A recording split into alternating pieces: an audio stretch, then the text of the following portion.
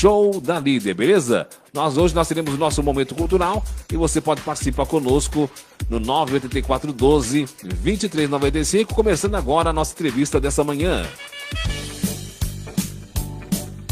Olha, nós estamos aqui nos estúdios da Líder FM com a professora e historiadora Maria Helena Romanchelli, que vai estar aqui falando conosco. Hoje vamos falar sobre acerca da história de Jaraguá, que vai estar completando 286 anos, mas na condução da entrevista, Joab Santos.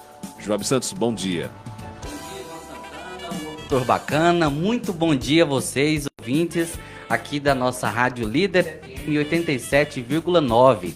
Sejam todos muito bem-vindos. Este é o nosso momento cultural e é um prazer estarmos recebendo aqui a professora, Maria Helena Romanchelli, ela que é pesquisadora, professora e gestora educacional. Ela que tem uma vasta história curricular na contribuição educacional e histórica aqui da nossa cidade, Ela tem um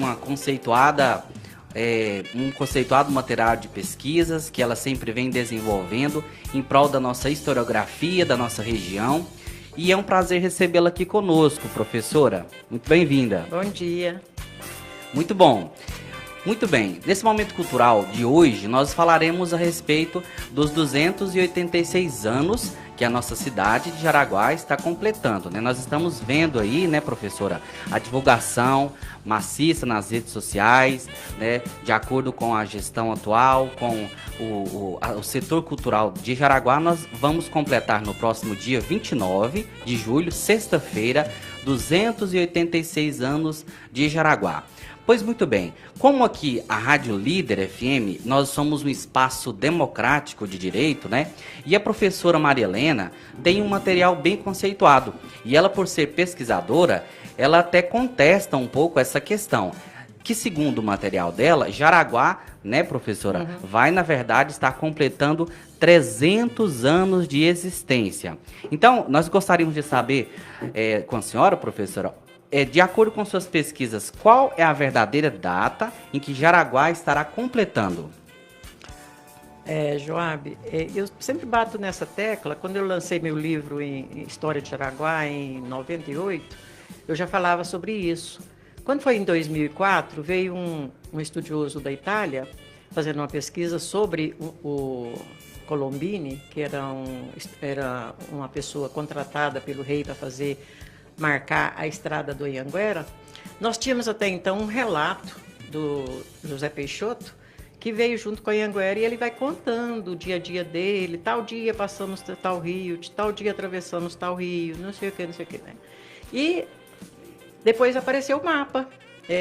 O governador de São Paulo, Rodrigo César Menezes, a mando do rei de Portugal, Dom João V, ele mandou que se fizesse um traçado da estrada do Anhanguera. E existe esse mapa, só que a partir de 2004 que ele apareceu por aqui, Então é meio recente. Então, antigamente as pessoas diziam, até hoje, os historiadores defendem que ele saiu ali da região mais ou menos porque naquela época não existia nada por aqui, mas é mais ou menos a região de Catalão e foi até Anicuns para descobrir Goiás. E no mapa, você vê exatamente o traçado, que não tem nada a ver com isso. Ele saiu da região mais ou menos de Catalão e foi subindo para o norte. Ele deu uma errada, porque naquela época eles usavam astrolábio, tinha que ter o Cruzeiro do Sul para saber, para se achar, a latitude e a longitude onde ele estava. Mas é a época que eles estavam viajando tremendamente chuvoso. Não tinha como você ver o Cruzeiro do Sul, então diz o relato que ele se atrapalhou e errou meio para o Nordeste. E depois, quando ele viu que ele tinha se atrapalhado, eles acabaram chegando no Rio Maranhão. Então tinha passado realmente do lugar, porque eles tinham que virar no Planalto Divisor de Água, que seria essa região entre Brasília, Jaraguá, Pirenópolis e o próprio Goiás. Essa região é que divide as águas. O Brasil é como se fosse uma barriga grande, onde todas as águas nascem nessa parte alta e descem, alguns para o norte e alguns para o sul. Muito bem, eles teriam que virar ali, mas eles acabaram chegando perto do Rio Maranhão. Tanto é que essa pessoa que descreve, o José Peixoto, ele abandona o Anhanguera Júnior, porque já seria o segundo Anhanguera, ele abandona o Anhanguera Júnior com mais ou menos 13 a 20 pessoas e entra no Rio Maranhão e para chegar no Belém, ele pensou que estava perto. Depois ele conta o sofrimento que foi até chegar no Belém, sabe, porque foi muito mais longe do que eles imaginavam, etc, etc. Então, esse relato veio até nesse local que eles se separaram. Mas daí veio o Urbano do Couto, que até ele faleceu, enterrado na Igreja Matriz hoje, né? Ele morreu em 1799, foi enterrado na Igreja Matriz daqui de Jaraguá. E ele faz mais alguns relatos, acrescenta mais algumas coisas. Então, ele fala assim, lá no relato dele, ele diz assim, olha, o Anhanguera falou para o Simão, irmão, que ali era a tapera do seu cunhado Calhamaro. Portanto, o Jaraguá não tem só 300 anos, 1722, quando eles estiveram aqui. 40 anos antes, o Manuel Calhamaro já tinha achado a pedra, que eles falam os martírios de Cristo, por causa dos desenhos, né, o tipo de desenho.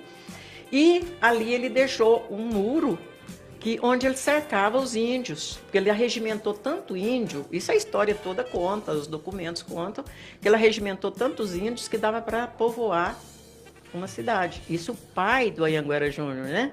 O Calhamaro era genro dele. Então, esse Calhamaro ficou aqui na região, arregimentando índios, enquanto o Anhanguera pai foi até os índios Goiás, que seria na cidade de Goiás. Muito bem, 40 anos antes, quer dizer que se for considerar isso aí, o Jaraguá nasceu em 1682. Ali nós temos no sítio arqueológico, a arqueóloga veio, descobriu o muro, e dentro desse muro, o que eles fizeram? Um muro de pedra, sabe? É pedra demais, todo mundo que a gente leva lá fala, não é possível que tem tanta pedra.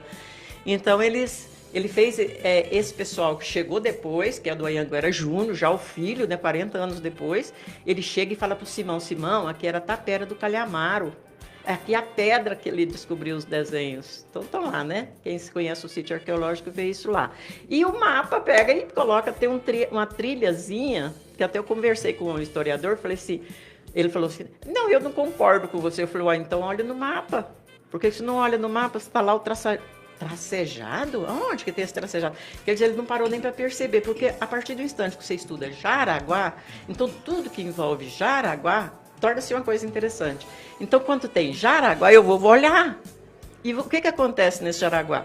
Jaraguá era uma região assim, ó, a partir da Serra de Jaraguá para o norte, era uma vegetação mais de cerrado. Um cerrado grosso, um cerrado meio avantajado, mas era cerrado.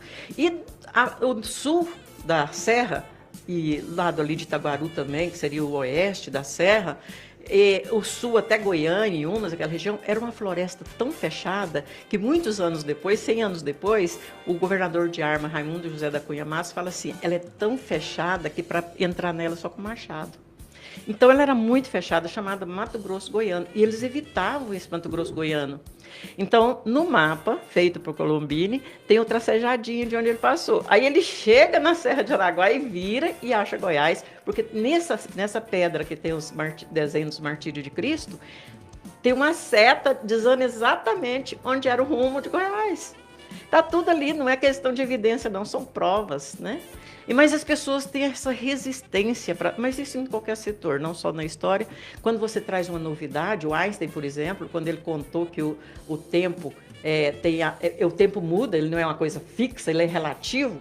Quando ele falou isso, a sociedade científica ficou horrorizada com ele, que esse cara é doido, é perturbado, etc., porque são coisas novas, depois se provou que ele tinha razão, né? Então, qualquer coisa nova, existe muita resistência a ser aceitado, a ser aceito.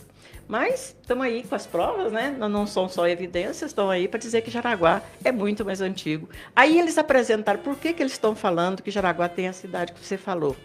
Baseado num documento de 4 linhas, para você ter ideia. Eu até fiz um texto, porque uma pessoa lá do Instituto Histórico e Geográfico contestou a minha observação. Eu falei, não, Jaraguá está assumindo essa data baseado num documento, e eu vou dizer para você que o documento não é válido. Como é que um texto de 4 linhas tem tantos erros? Primeiro, ele fala assim, nesse documento, fala assim, Jaraguá, a matriz se chama Nossa Senhora da Lapa. Quer dizer, um erro gritante. Você não precisa nem ser pesquisador para ver que existe esse erro, né? E vai falando um monte de coisas que você vê que... Ele fala assim, lá chama Corgo do Jaraguá. Ele fala assim que quem escreveu isso foi o porta-voz da rainha. Eu acho que nenhum porta-voz de rainha teria tão pouca cultura para falar corgo, né? Ele teria que falar do córrego do Jaraguá, que era o certo. Aí o pessoal mais simples falava corgo, né? E ficou o apelido de corgo. Então ele fala corgo do Jaraguá. Então uma pessoa sem instrução não poderia ser um porta-voz de rainha para escrever aquilo. Então um documento de 4 linhas, escrito 100 anos depois. Ivan, você lembra de alguma coisa de 20 anos atrás? Quem foi o prefeito de Jaraguá 20 anos atrás, Ivan? Eu não lembro, não. Sinceramente, Você eu não lembra, lembro. Jorge, com alguma coisa? O Ival foi prefeito quando? Você lembra a data certinha? Me parece que foi na gestão de 2008, não é isso mesmo? Não sei, eu estou perguntando para você ver que uma coisa recente é difícil de lembrar. Difícil, realmente. Imagina uma coisa de 100 anos. Esse documento foi feito 100 anos depois, acharam esse documento. Então eu argumento o seguinte, você está baseando a história de Jaraguá num documento que é falso. Você tem uma carteira de identidade, Ivan, você vai fazer a segunda via. Aí você põe o nome seu certinho, o nome da sua mãe está errado. Você vai aceitar esse documento, Ivan? Claro que não. É um documento falso, né? Sim, Errado. exato. Então Jaraguá se baseou nessa data que está falando ali, sabe? Mas como as provas estão aí, são evidentes, né? São provas cabedais, né? Que estão aí para provar que Jaraguá é muito mais antigo. Só que ela nasceu lá do outro lado da serra. Então o que aconteceu? Eles vinham vindo e atravessaram ali, onde era o caminho real, era ali ainda, né? Quer dizer, hoje você tem técnica que você descobre o caminho real e ele passa ali atrás da serra. Ora, se você está passando ali é o caminho real e você tem ali um agrupamento de construções antigas que você vê, cada um fala uma coisa. Não, isso aqui às vezes era uma fazenda que tinha uma igreja, a igreja tem 100 metros quadrados.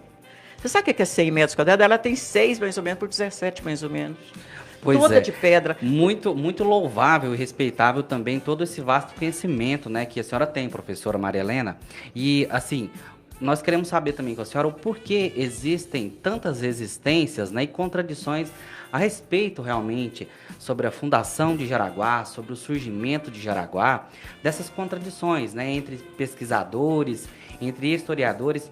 Na sua opinião, o que a senhora acha que deve ser feito para realmente chegar a um denominador comum, né, para que realmente a equipe científica, né, possa se juntar junto com pesquisadores para poder definir realmente a verdadeira data do surgimento de Jaraguá? E também, de acordo com os seus estudos, muitas pessoas têm dúvidas, né, de onde foi o surgimento da cidade de Jaraguá. Muitos falam que a região mais antiga da cidade de Jaraguá é a região do centro histórico, é a Rua das Flores, mas, de acordo também com pesquisas, né, científicas e historiográficas, nossa cidade se deu origem atrás da serra. Conta um pouco para a gente sobre esse contexto. Olha, quanto a verdade aparecer, é o tempo que vai dizer, tá? Você vai ver, os estudantes vão começar a ver que as provas estão evidentes aí, né? E o tempo vai dizer. Não é uma coisa assim que a gente está chutando, né? Porque às vezes a pessoa pensa, a Maria Helena está chutando. Nós estamos apresentando provas. Então, o que aconteceu? Quando eles fundaram esse arraialzinho lá atrás da serra, que tinha muito ouro, eles tinham que plantar, tanto eu mandei uma figura aí para você, que eu tentei fazer uma síntese, né? Então, lá tem tudo isso mostrando. Aí os óbitos batistério, porque começou assim, ó. Eu pegava os livros de óbito batistério, estava assim, morreu enterrado na Capela de São José, batizou na Capela de São José, Capela de São José. E eu ficava procurando, meu Deus, onde é essa Capela de São José, né?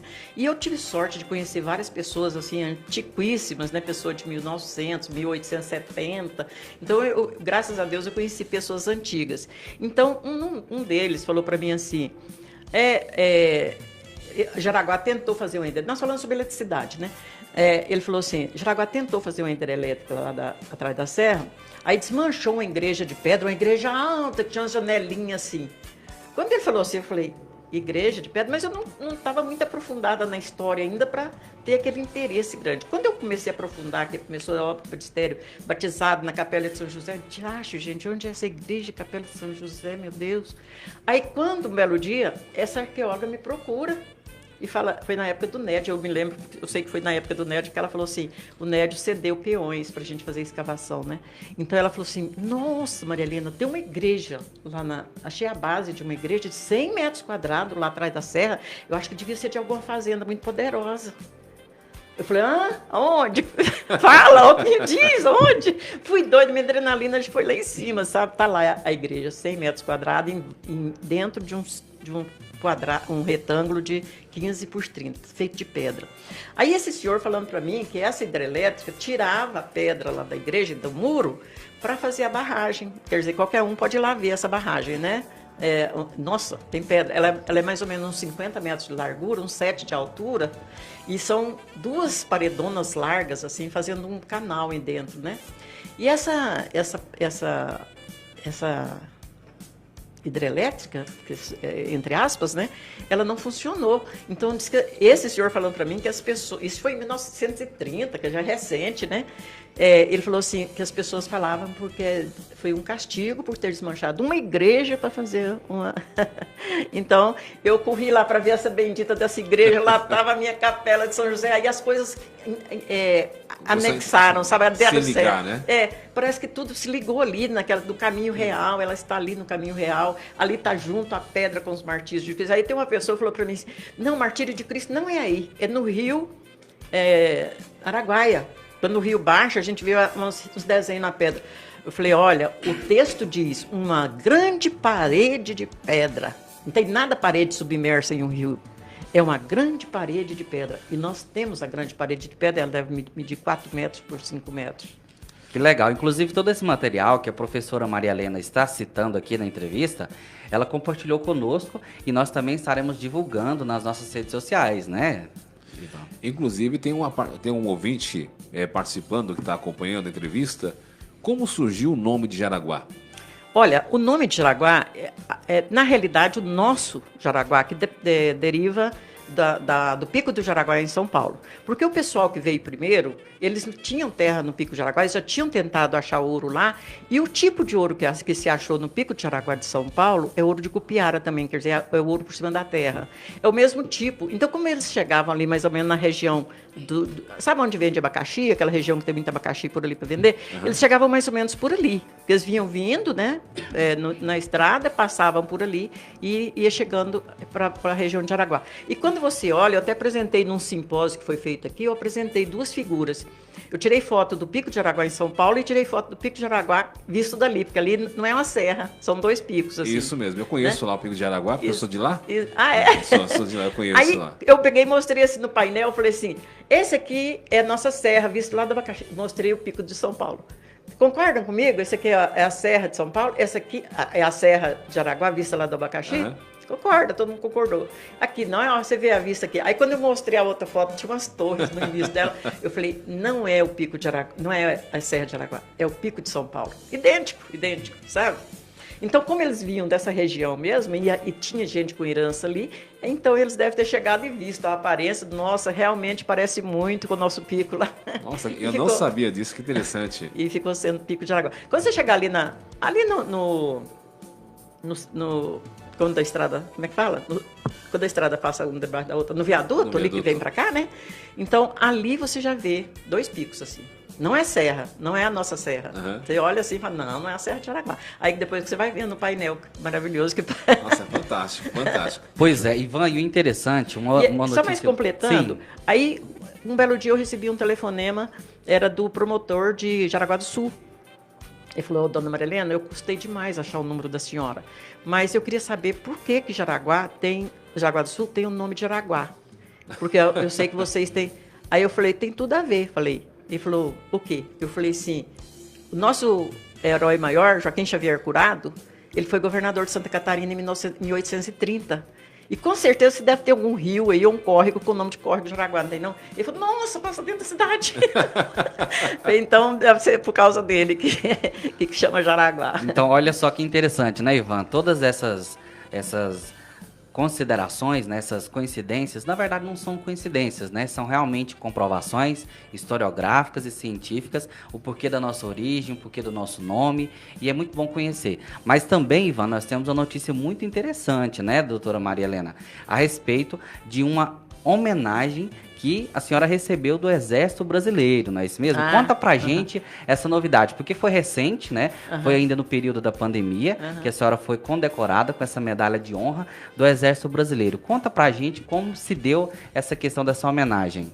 Eu estava na minha sala lá no Colégio Monte Claro, com a minha coordenadora e com a minha secretária. E quando o telefone tocou e falou, a senhora é Dona Maria Helena de Amorim Romachelli? Quando falou Romachelli, é a pronúncia da Itália. Na Itália fala Romachelli, né? Eu falei, é gente que entende, né?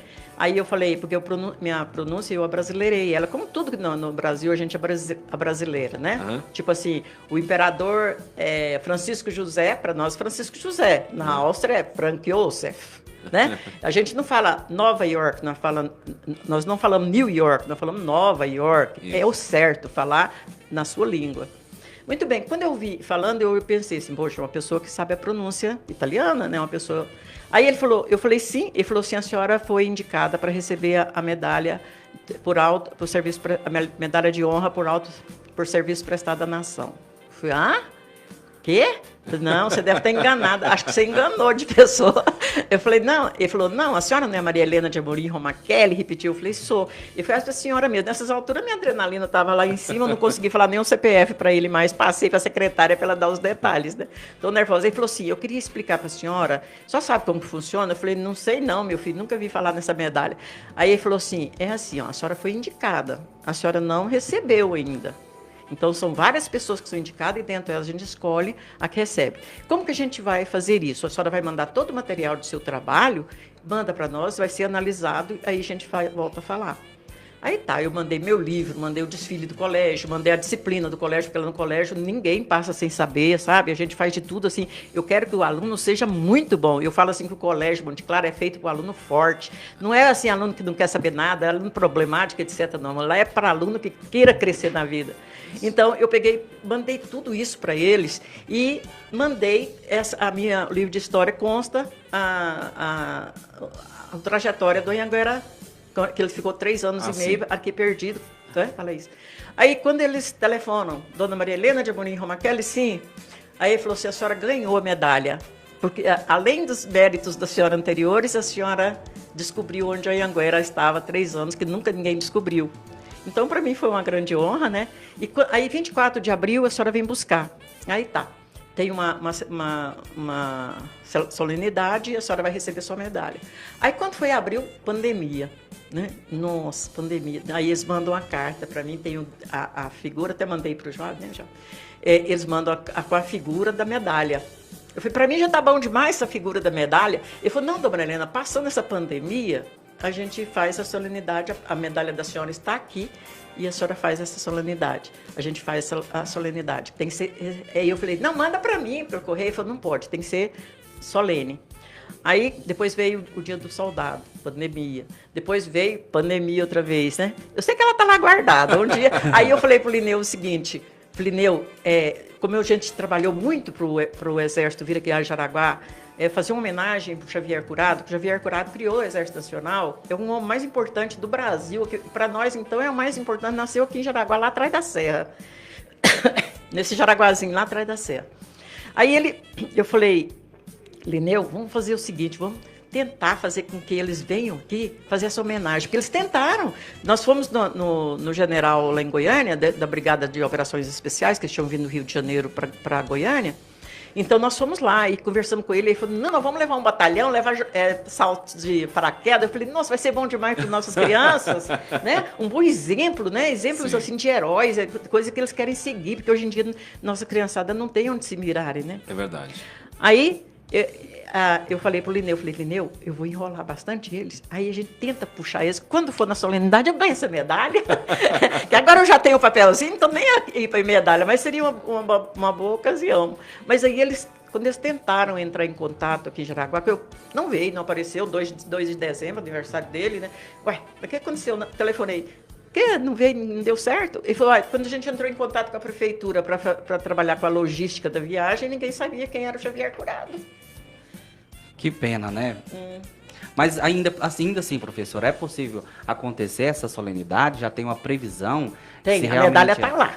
Ah, sim. Então, a senhora que vai pessoalmente receber ou ainda há a possibilidade de toda essa comitiva do Exército vir até Jaraguá? Se eles vierem para fazer a homenagem do aniversário deles, é o que a gente tem batalhado, eu tenho 20 anos que eu estou batalhando com isso, né? Então, se eles vierem, será uma ótima oportunidade. Mesmo que eu não estou com essa idade, não estou afim de ficar viajando para buscar medalha, não, né? Agora eu já tenho o papel, né? E bem bonitinho, né? Colorido.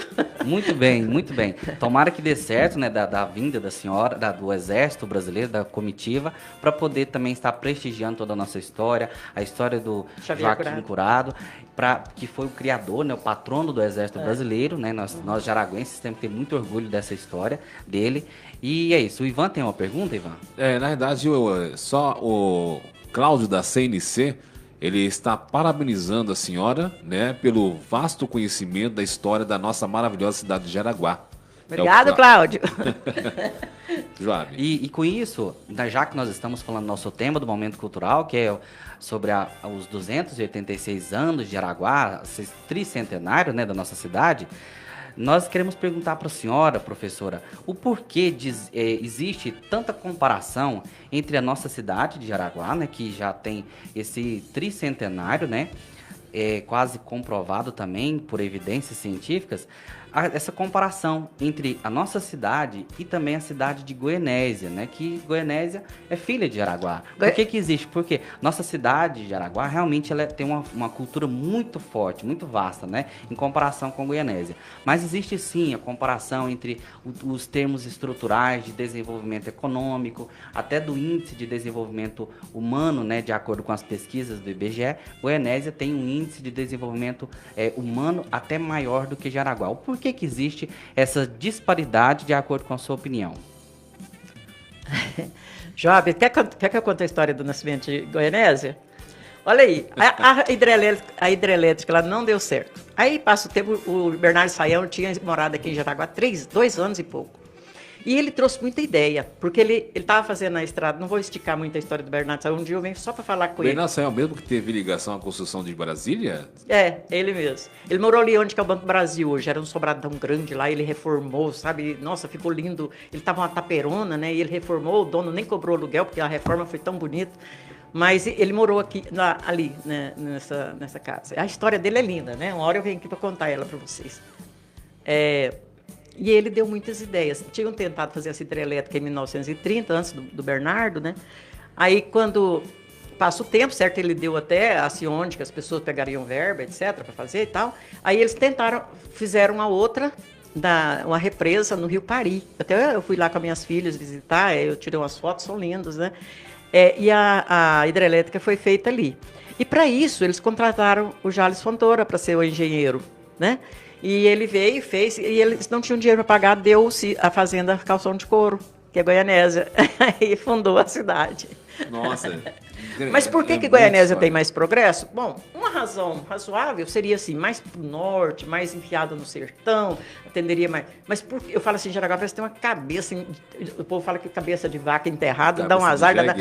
Meu Deus, Jaraguá tem um caminho de cora, eu vejo assim, gente, Jaraguá tem um potencial turístico, o turista traz dinheiro. Com certeza. Né? Esse caminho de cora, ele é relegado, sabe? São Francisco, pequenininho daquele jeito, trabalha com esse caminho de cora, nosso pessoal vai lá para os restaurantes, enche de gente, alguns passam em Jaraguá. Então está faltando uma infraestrutura para o caminho de cora. Parapente, olha, uma das melhores do Brasil esse parapente. Nós não temos essa estrutura para receber esse pessoal de parapente. Vem gente de França, vem gente da América do Sul. Eles elogiam muito essa pista de parapente. A historiadora está aqui pelejando, já está com 72 anos. Eu falei com o historiador, falei, olha, você dá um jeitinho de me seguir depois, porque eu já estou com a cidade, não sei até quando que eu vou continuar. Mas eu estou aí pelejando, falando, mostrando provas, né? Mas tem aquela resistência. Teve um que foi lá, veio aqui nessa rádio e falou, essa mulher é louca, ela inventa as coisas, né? Quer dizer, para que puxar para trás o tapete, tentar puxar? Nós estamos só crescendo com o Jaraguá, são coisas boas que estamos falando sobre Jaraguá. Jaraguá podia ter esse potencial turístico muito mais avançado, porque a natureza oferece isso para Jaraguá. Uma vez uma amiga minha falou assim, que ela é americana, ela é parente de um americano, e ele na cidade dele tem que Portal do Oeste, sabe? 200 metros. Eu fui na minha cidade, eu tenho um monumento muito maior. O nosso monumento tem 350 metros do chão da cidade. O quê? O delas tem 220, parece. Aí eu falei, não, nós tem 300. Ela falou assim, meu Deus, ela contando que tinha restaurante em cima, eu falei, não, no nosso pode botar dezenas de restaurantes, porque eu estava me referindo à serra, né? O nosso monumento é natural. Muito bem. Professora, apesar de todas essas contestações que outras pessoas fazem ao vasto conhecimento que a senhora tem, nós aqui da Rádio Líder, né, Ivan, queremos ressaltar que nós somos um espaço democrático, sim, aberto de direito, e outras pessoas também, outros pesquisadores que quiserem vir também, apresentar seus trabalhos também, e também colocar em evidência a nossa cultura, a nossa historiografia, também serão muito bem-vindos aqui na nossa emissora. Eu sempre sou da opinião, assim, aonde há documento, há veracidade dos fatos. Com certeza. Né? E aquilo que contradiz os fatos não é fake. Né? A Marilena trouxe a questão daquele documento de 100 anos depois, com um erro grotesco, né? De linguagem, né? De expressão. Né? Então, quer dizer, quando há documento, eu acredito nos fatos quando é documentado. Eu quero aproveitar, mandar um abraço a muitas pessoas acompanhando a gente no Facebook. Um abraço ao pessoal que está acompanhando a gente no Facebook e também no Instagram da Rádio Líder FM. Tem muita gente aqui mandando, assinando aqui a mãozinha aqui. Eu estou respondendo todo mundo aqui, assinando o pessoal. Eu quero aproveitar, dona Maria Helena, como surgiu a história do Ouro Azul de Jaraguá, o jeans? Como surgiu essa onda de virar o polo da confecção em Jaraguá? Você sabe dizer? Essa época já era uma época que eu já estava morando em Goiânia, mas mais ou menos eu sei. O Ildevan, ele mudou para aqui, para Jaraguá, casou com a Eliane Camargo, e ele era costureiro, ele tinha uma alfaiataria. A alfaiataria dele era ali onde, deixa eu ver o que tem lá hoje. Assim, do lado esquerdo da Igreja Matriz, tem até um negócio de táxi ali. É por ali. Assim. Isso.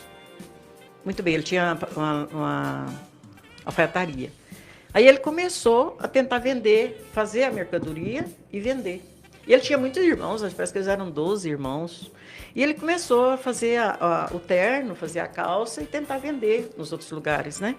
E com isso, deu certo. Aí o irmão dele também entrou na jogada, o outro entrou, aí o Jaraguá foi percebendo. Então o início foi o Ildevan. Ele surgiu com a ideia. Joab. Pois bem, professora. Nosso tempo está quase encerrando, infelizmente, é um prazer recebê-la aqui conosco. Certamente voltaremos a convidá-la, porque também esse ano, né, de 2022, nós teremos uma importante data, né, em comemoração nacional, que é o bicentenário da independência do Brasil. E em outra ocasião, nós convidaremos a senhora para estar aqui comentando sobre esse assunto, né, sobre essas vastas comemorações que teremos a respeito desse bicentenário. Né? Em outras ocasiões, nós convidaremos a senhora. E a respeito dessa comemoração dos 286 anos de Jaraguá, nós gostaríamos de saber quais são as suas considerações finais, né? O que a senhora deseja que ainda possa melhorar na nossa cidade, tanto em termos culturais, de infraestrutura, de desenvolvimento humano. O que a senhora deixa uma mensagem positiva para todos os nossos jaraguenses? Ô, Joab, Ivan, eu vou falar uma coisa que vai servir assim, não só para Jaraguá, a nível de mundo. O Brasil é considerado que tem vocação agrícola. O Brasil, ele tem vocação para muito mais. Para você ter uma ideia, o Japão é menor que Goiás. 2/3 do Japão é reserva. Então, dentro de 1/3 do Japão, eles têm um PIB quase 3 vezes maior que o Brasil inteiro. Porque o Brasil é o agronegócio. O agronegócio é do primo pobre. O agronegócio está produzindo demais. Mas coitadinho do produtor, ele que é responsável sozinho pelo Brasil? Não. Por que o Japão tem um PIB tão alto? Por causa da tecnologia, por causa do conhecimento, por causa da educação. A Coreia tem 70 anos. A Coreia era pobre. Ela investiu na educação. A Philco foi inventada lá na Holanda. E começamos a comprar rádio, Philco, tudo coisa que parecia era Philco. A Holanda foi ficando rica e tudo Philco. Televisão, começou a lançar televisão, Philco. Quando chegou na Coreia, a Coreia falou assim, nossa, todo mundo está comprando Philco, não, vamos fazer a nossa. Fez a Samsung. Começou a vender para o seu pessoal e para as outras pessoas. Mudou a bateria do celular, uma indústria que tinha uma bateria de celular que descarregava fácil, inventaram uma que carrega mais fácil, vendeu para o mundo, encheu de dinheiro. O Brasil produz alimento, mas para dar para os outros, porque o nosso cidadão está morrendo de fome. Então, o Brasil tem que reverter isso aí. Um funcionário meu, professor da escola pública, disse o seguinte: é proibido dar nota baixa para o menino, tem que empurrar o menino. Aí eu conversei no dia da Secretaria de Educação, eu falei, gente, vocês estão matando as crianças no Brasil. Ah, porque tem que ser assim, porque nós seguimos a Suécia. Que segue a Suécia? Isso é piada? Está me contando que segue a Suécia? A Suécia é um país de 2000 anos com um currículo de desenvolvimento incrível. Vocês querem comparar Brasil com Suécia, que é um paizinho, uma tripinha lá? Vocês têm que ver a nossa realidade. O menino tem que aprender de verdade. Não empurre o menino. O menino está indo para os cursos superiores sem saber nada. Então, o mundo está enchendo de diplomas, mas você vai ver, não tem conteúdo. O Brasil precisa investir na educação, na aula de qualidade. No menino não dá conta de passar, passa ele para uma escola diferente, de 2 períodos, tenta recuperar essa criança em outro lugar. Não é dentro da sala com o coitadinho do professor sofrendo lá para ensinar os que estão acompanhando, ainda tem que parar para ensinar os que não estão acompanhando. A realidade do Brasil, em termos de educação, nós estamos no 167º lugar no mundo. Nós estamos comparando a países da África em conhecimento. Nossos estudantes estão muito fracos. Você pega um livro de 50 anos atrás, um livro agora, pelo amor de Deus, não tem nem comparação. Os livros de agora são florzinha, coloridinha e não sei o quê. Enquanto que os livros anteriores pegava criança de 5º ano, 6º ano, mandava ele provar teoremas. Um dia uma professora falou para mim assim, não sei para que a gente estuda logaritmo. Ela não deve saber mesmo, não. Mas logaritmo é uma das ferramentas mais importantes da matemática. Entendeu? Então, o nível de ignorância no Brasil está muito grande. E o Brasil é uma potência. O Brasil, a hora que ele reverter isso aí, que ele investir na educação... Por que o Monte Claro é considerado chato? Porque nós somos chatos mesmo, porque o aluno tem que ser bom ali dentro. Então, eu não quero saber de menino que dá problema nas outras escolas. Daquele tamanhozinho, manda o menino embora. Eu chamo os pais e falo assim, seu filho não quer saber nada com nada, leva ele. Fica a secretária puxando cabelo. Mas, dona Marilene, ele é bom para pagar. Ele é bom para pagar, mas ele está atrapalhando dentro da sala de aula. Eu já pelejei com ele. A gente tenta, sabe? A gente tenta uma vez, 2, 10, melhorar a criança. Quando a gente não vê resultado, a gente chama os pais, seu filho, você gasta na toa com ele. Professor, ele pode querer ser costureiro, ele pode ser grande costureiro, ele pode ser grande industrial, sei lá o quê. Ele pode ser grande, mas não em termos de faculdade, diplomas mal colocados. Essa é uma questão, né? Eu concordo plenamente. Esse negócio de empurrar o aluno, sabe, com pouco conhecimento ou quase zero de conhecimento, isso é ruim para o próprio aluno. Vergonhoso. É ruim para o futuro dele, é ruim para a sociedade e até para o próprio país. Né? Porque, na verdade, aí o Brasil continua sendo o país de terceiro mundo por conta dessas coisas, né? Não investe no ensino, conhecimento, no conhecimento, né? Então, e é lei lá de cima. Exatamente. Né? É lei lá de cima. Exatamente. Eu tinha uma professora excelente de química. Aí eu fiquei sabendo que o aluno não era aluno dela, não sabia nada, tinha passado. Ela falou, Maria Helena, eles exigem tanto da gente para a criança ter que passar, eles não querem saber o conteúdo, não. Eles querem passar. As escolas públicas estão lindas, né? Assim, pintadinha, carteiras novas, tudo de bom. Um dia eu estava esperando para fazer uma palestra na escola e me puseram na biblioteca enquanto organizavam os alunos. Aí eu achei linda a biblioteca. Nossa, livro de qualidade. Quando eu pego um, tá colado no outro. Pego no outro, tá colado. São livros que ninguém mexe. Eles compram livro por metro. Eles não compram livro porque é bom para a criança, que a criança tem que ler. Você pega o livro lá e a prateleira tem 1 metro de largura, então 1 metro de livro. É assim. A educação no Brasil está péssima. Professor, então, isso. Só que tem uma pergunta aqui, tem um participante no Facebook, ele quer saber, de forma resumida, como surgiu a história da Teresa Bicuda. A Teresa Bicuda, eles falam que é a filha de um senhor aí, que eu faço a genealogia de Araguá, Agora eu já tenho uns 14 anos que eu faço essa genealogia. O trem difícil, menino, quando alguém for vender um livro de genealogia para você, se ele pedir R$1.000, você pode dar mais uma gorjeta, viu? Que é difícil mesmo, mas é difícil. E eu estou trazendo esse pessoal desde os bandeirantes. Quem era o filho dos bandeirantes? Quem era neto, quem era bisneto, etc. Nós temos 50 bandeirantes aqui, então a gente vai sabendo quem são os parentes. Vai ver que vocês são, né? Parente deles. Então, repete a pergunta. Como surgiu a história da Teresa Bicuda? Então. Aí, a Teresa Bicuda era uma coitadinha, tipo essa... Você lembra de um que batia a mão na orelha assim? Um doidinho que andava na rua, batendo na orelha? Esqueci o nome dele. Ele tinha um apelido de Tibaldi, parece? Tibaldi. Mesmo? Esse mesmo. E iguais a eles, tinham muitos, né? Naquela época. E a Teresa Bicuda, ela, na realidade, bicudo não é um defeito, não. Ixi, eu teria que contar essa história. Fernando Bicudo de Andrade foi um dos fundadores de Jaraguá que construiu a Igreja Nossa Senhora da Penha. E por que bicudo? Ele era sefarditas. O que é sefarditas? A família dele foi expulsa de Portugal por ser judeus. Então vieram 2 irmãos. E eles botavam um sobrenome diferente, nome de passarinho, nome de árvore, no nome deles, para não serem reconhecidos, senão eles seriam decapitados. Então esses 2 irmãos fugiram, moraram em São Paulo. Lá tem uma família grande demais, bicudo, não tem? Sim, tem a família Bicudo. Uma família tradicional de São Paulo. Gente, nossa, é muita gente bicudo. Não tem nada a ver que ele é bicudo, não. Ele era um nome que foi, como sefarditas, esses 2 irmãos vieram para cá, botaram o nome bicudo. E gerou uma descendência muito grande de bicudos.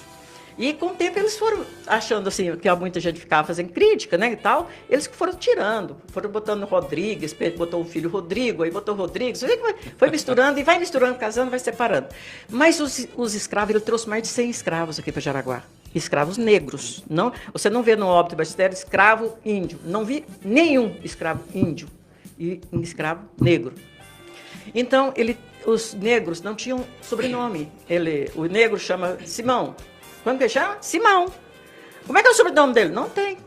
Aí o que eles faziam? Quando eles eram alforriados, engraçado que tem muito negro alforriado nessa história.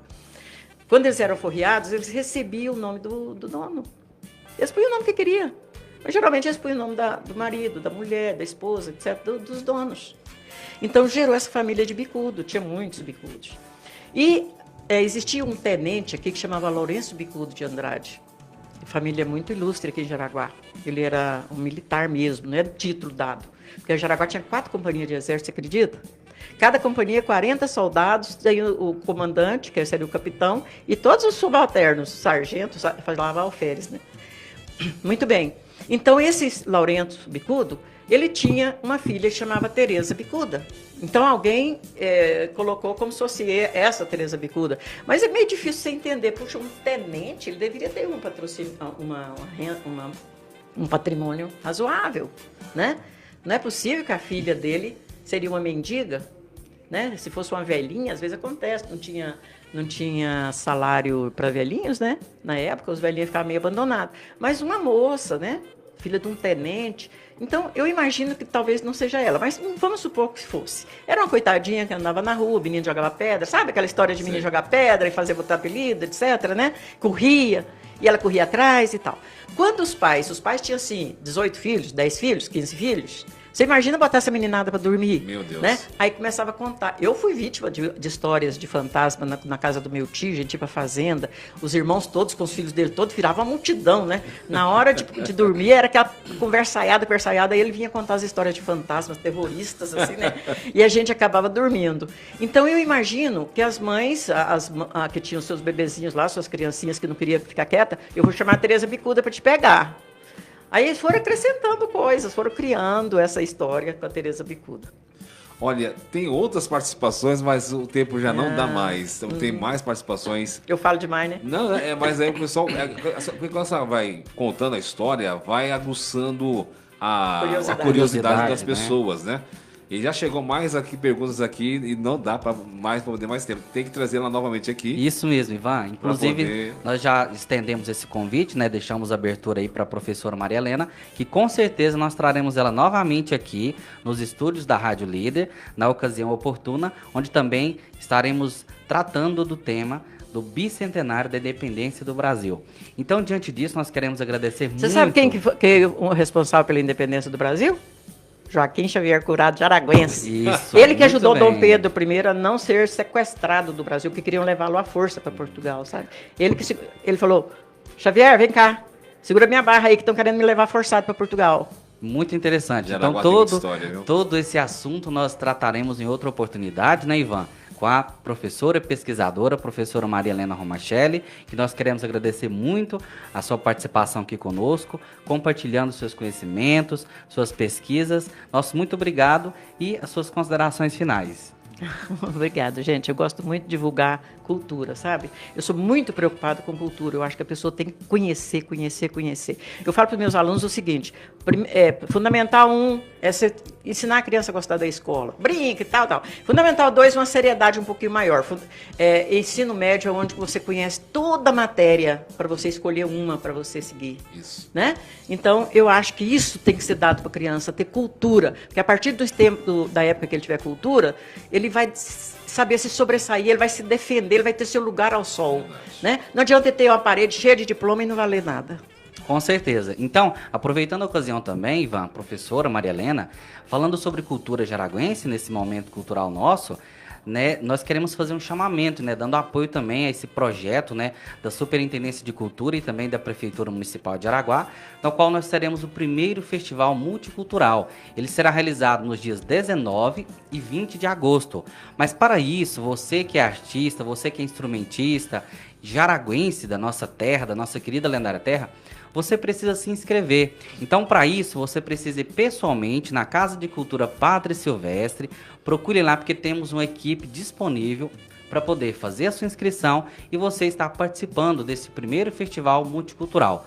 Atenção, artistas jaraguenses. Hoje é o último dia, hoje sexta-feira, o último dia para você fazer a sua inscrição. Teremos 3 vertentes para esse festival multicultural. Os músicos, né, que têm composições autorais. Também teremos exposições, né? Teremos lá vários estandes, né, para pessoas que querem expor os seus trabalhos, artistas, artesãos, para poder fortalecer a nossa classe artística jaraguense. Então não deixe de participar, vocês aí que têm as suas composições, as suas músicas, né, autorais, vão lá, procurem a Casa de Cultura Padre Silvestre e faça a sua inscrição. Muito bem, encerrando o nosso momento cultural aqui, novamente queremos agradecer a presença da professora Maria Helena Romachelli e é um prazer tê-la aqui conosco. Nosso muito bom dia para a senhora.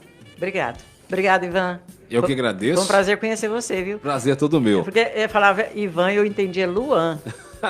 Algumas pessoas. Tem um ouvinte de mim que me chama de Luan. Me chama de Luan Santana, mas é Ivan mesmo. Olha, tinha chegado uma pergunta aqui, mas não dá mais. Mas depois eu vou guardar essa pergunta para a próxima visita da senhora, que é sobre os Cavaleiros da Rua das Flores. Folclore. Então já sabe. Então não existia essa história, viu, ouvinte? Porque ele queria saber se era só história ou se era verdade. É folclore. Então é isso, gente. Daqui a pouco a gente volta. A gente vemos a participação importantíssima. Aprendemos sobre cultura. Gente, cultura é tudo na vida do ser humano. E o aprendizado, o ensino é fundamental para que você possa crescer cada vez mais na vida. Então, gente, se estude, hein? Estude. Daqui a pouco a gente volta. Líder FM, tá na Líder.